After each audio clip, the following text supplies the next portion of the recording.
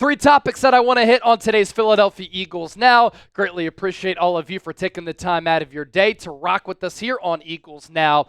And here's what we're talking about here.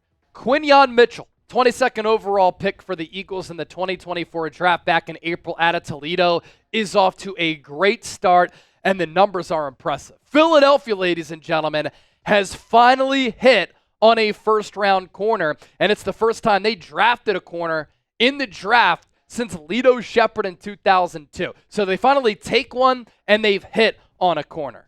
Also going to take a look at the Eagles' upcoming schedule. It really lightens up for the Eagles. Will that serve as a launching pad for the Birds coming out of the bye week to really find their groove as a football team and become one of the stellar teams in the NFC?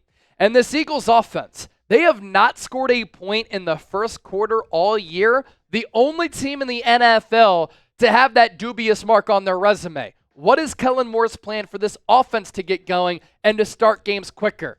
We're going to unveil that coming up as well. Before we begin, we are on the road to 100,000 subscribers. There are very few YouTube channels out there, especially YouTube channels that cover the NFL, who have that silver plaque from YouTube. And as you can see here to my right, we are 13,889 people away from having that celebration right here on the show. So hit that subscribe button if you want Eagles shows from yours truly every single day. Quinyon Mitchell, what a pick for Howie Roseman and this front office. The Eagles finally took a corner, and this is great news for the Eagles that it looks as though he is the real deal. He's off to an outstanding start, to kick off his rookie year. And this is a real question here. Is Quinyon Mitchell the best cornerback in this draft class? There's an argument to be made there. So far in his first 4 games, he has started every single game on Vic Fangio's defensive side of the rock. He played every single snap when it was 105-plus degrees against the Tampa Bay Buccaneers in Week 4. He's been targeted 25 times. He's only given up 13 catches, less than a 50% completion rate. He has excellent ball skills, 6 passes defended. That was the strength of his game at Toledo, where in his last 2 years he had 44 pass breakups. Nobody else was close across the nation. So the ability to make plays on the football, instinctually reading the eyes of the quarterback, having really good cornerback footwork, getting in and out of his breaks as a corner, and in and out of that back pedal, that is translated. So too has the 4.3 speed. How about what we've seen from Quinyon Mitchell, where he's running with burners like Christian Watson and Rashid Shaheed? Very impressive. Mitchell is also giving up under 47 receiving yards per game, and he has not given up a touchdown in coverage so far in these first 4 matchups. The overall numbers are awesome. And how about what Quinyon Mitchell did against future Hall of Famer Mike Evans, who since he came into the league, every single season that he's been a Tampa Bay Buccaneer, he has had more than 1,000 receiving yards. It's pretty hard to believe because he's been in the league so long, since 2014. That's 11 years of outstanding production, and Mitchell was not fazed. He was targeted 4 times when matched up against Mike Evans, only gave up 2 catches for 19 yards, and had that pass breakup in the end zone where I loved the technique. He wanted to see and had patience with where Evans was going to go. Baker Mayfield lofted that ball into the corner of the end zone, and Mitchell had that short area quickness and speed to read the eyes of Mike Evans, get to his spot, and as soon as he saw Mike Evans put his hands up to try to catch the football, Quinyon Mitchell dislodged that football. He has also been very durable. 99% of the defensive snaps this year. And for a boomer defensive coordinator in Vic Fangio to have this much trust in a rookie corner really goes to show you how impressed he is with Quinyon Mitchell, because he's been manning outside corner, which is a really important position for a football team, and he's been flourishing. And then on top of that, defensive production and availability, Quinyon Mitchell has added 16 special team snaps as well. So what a start. We have seen Mitchell Island on full display, and if you want to take a trip to Mitchell Island, type Mitchell Island down in the comment section right now. Topic number 2 of today's show. Can the Eagles find a groove coming out of the bye? They have a light schedule coming up, and now is the time to catch fire, put it together, start playing complementary and sound football, clean up the mistakes, and prove to everybody what you can be. And that's one of the top teams in the NFL and an NFC contender. The Eagles' upcoming schedule here. Bye week, week 5. When the schedule came out, I hated it. I thought it was way too early, but it comes at a great time. You're coming off a bad loss where it was hot in Tampa Bay. You were worn down. Players were having to get carried into the cold tub, get IVs. Everybody's cramping. You were also very banged up in that game.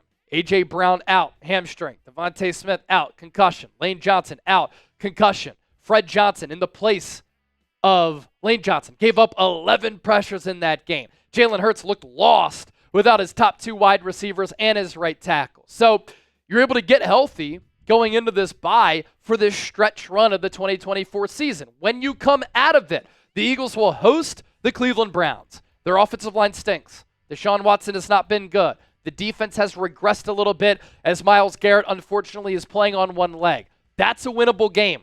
Week 7, you go on the road. You take on the New York Giants. 1-3 football team. You don't have to board a flight in order to do that.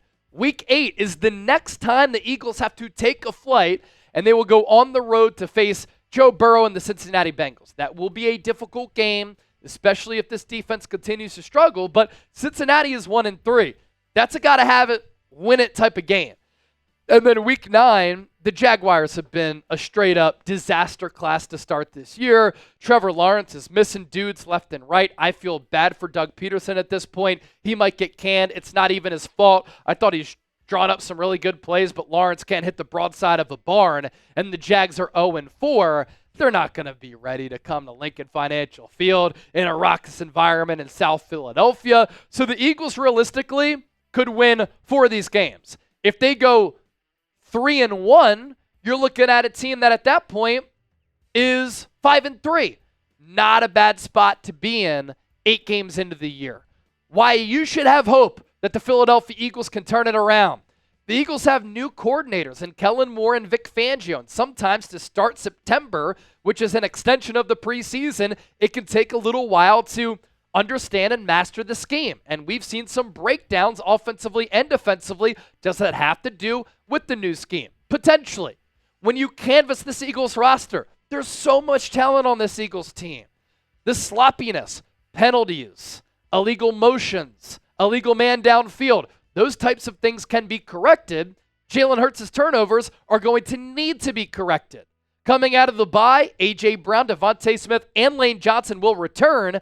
And going into the bye week, now is the time to make adjustments with your scheme, but also with your personnel. We know that the Eagles team can do it. That's why you should have hope.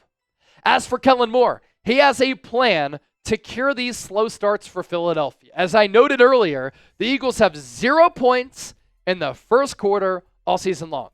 Only team in the NFL that has not scored in the opening quarter. And you know what's also an issue with this? Back during that Super Bowl season in 2022, what was the theme?